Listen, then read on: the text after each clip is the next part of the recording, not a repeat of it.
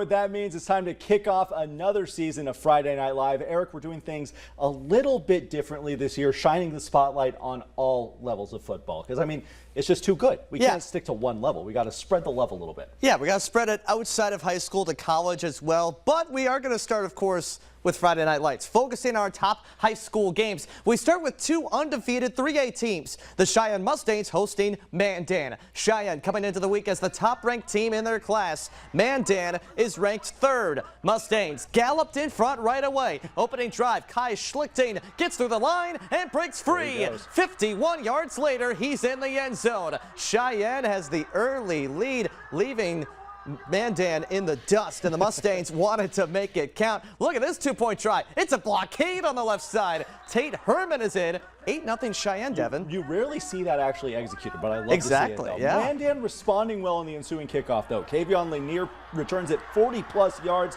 The ball comes loose at the end after he was down. A thriller goes to the top-ranked Mustangs, 32-29, the final. Shifting gears to a state championship rematch at Sid Cichy Stadium, Shanley hosting Minot. We're going to pick it up with the Magicians up 7-0 in the second. Deacons throwing a pick. Kellen Burke takes it away from Shanley, setting up Minot right in the red zone.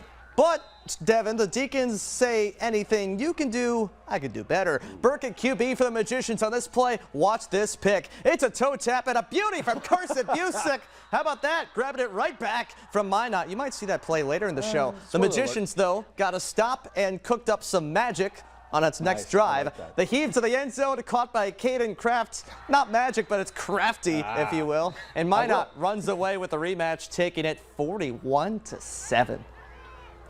Let's head back home now for a two-way matchup. Fargo South and Dickinson squaring off. Both teams trading possessions early, but the Bruins now in enemy territory. Brevin Wark with a jump ball down the sideline, falling into the wrong hands. Braden Meschke pulls it down to shut down the Bruin drive.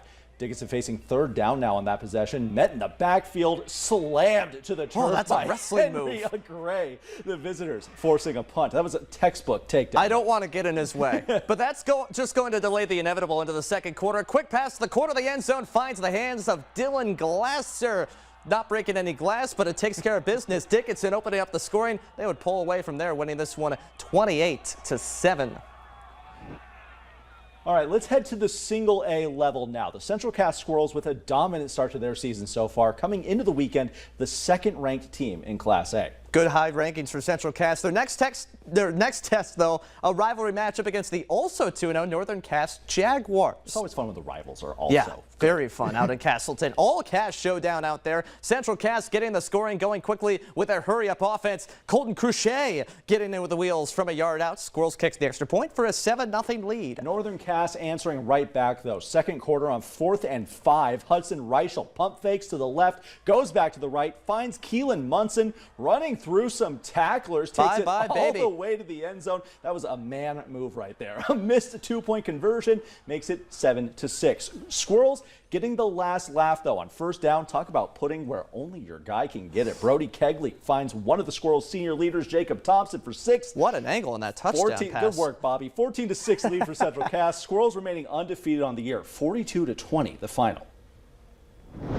And last but certainly not least, a trip across the river for Moorhead's first game on their home turf. The Spuds hosting Rogers. The Royals ball with the Spuds up 6-0. Quarterback looking for some open space. Instead, tracked down by Rain Battle, one of the best names in our area. The reining him in. Shutting down the Royals drive. The Spuds take full advantage. Jet Feeney rolling out right, hits an open David Mack, shakes past a couple of defenders onto the painted turf.